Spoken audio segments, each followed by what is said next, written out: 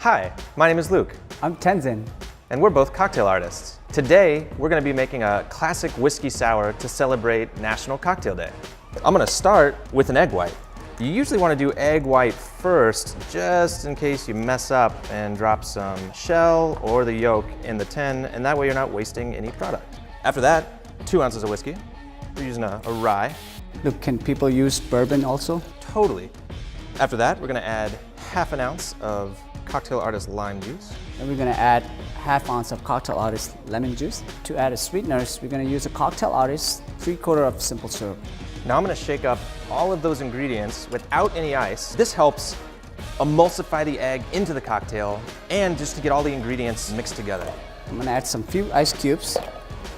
And then we're gonna shake it again with ice to help chill and dilute the drink. Now we're gonna double strain it right into a rocks glass. You can see that everything's mixed in.